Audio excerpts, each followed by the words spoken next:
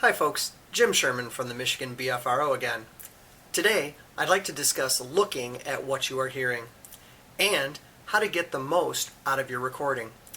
Some of this information can also be found on the Blue Forum at bfro.net, as well as on sasquatchbioacoustic.blogspot.com. Now, I've made many rookie mistakes, but luckily I've been able to learn from some of the best audio people in the business. So eventually I've kind of come up with my top 5 tips for getting a great recording, and these include the following. Number 1, assuming that you have the right place and you've already set that all up, and we will discuss this in a future episode, you need to find yourself a workable recorder. Now, they don't have to be expensive, they just have to work for you. I prefer simplicity with my in-hand recorder, so I often go with something simple like a Sony IC recorder or a Zoom H1.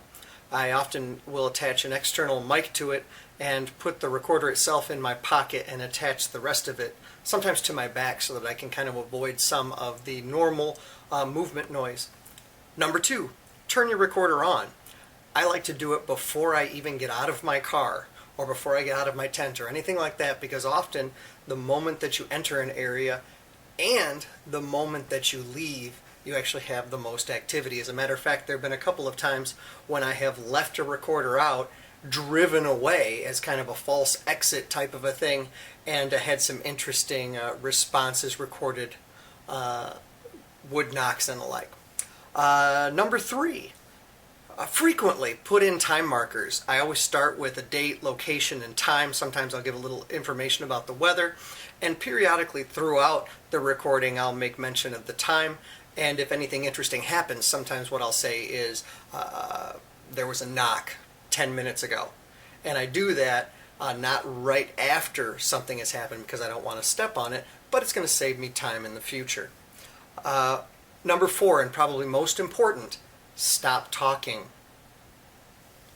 Number 5, have the capability to look at your vocals on your computer with a program like Audacity, put it on a spectrogram, and eventually you're going to be able to learn what types of sounds to look for.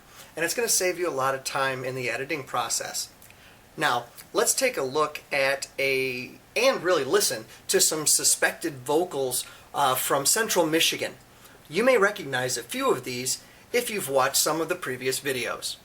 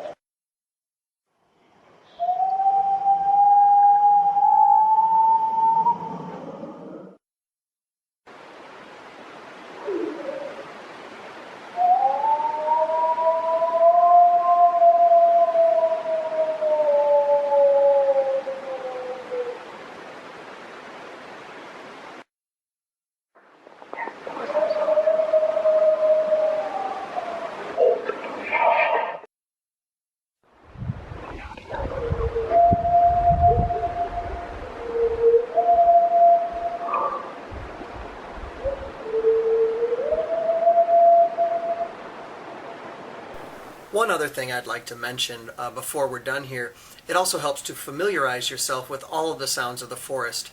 Yeah, I've spent my life playing in the woods in one form or another, and I still have new things that I hear.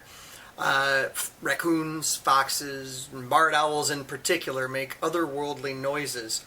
So I suggest checking out places like stancourtney.com, or the Cornell Lab of Ornithology has an online archive that you might find useful.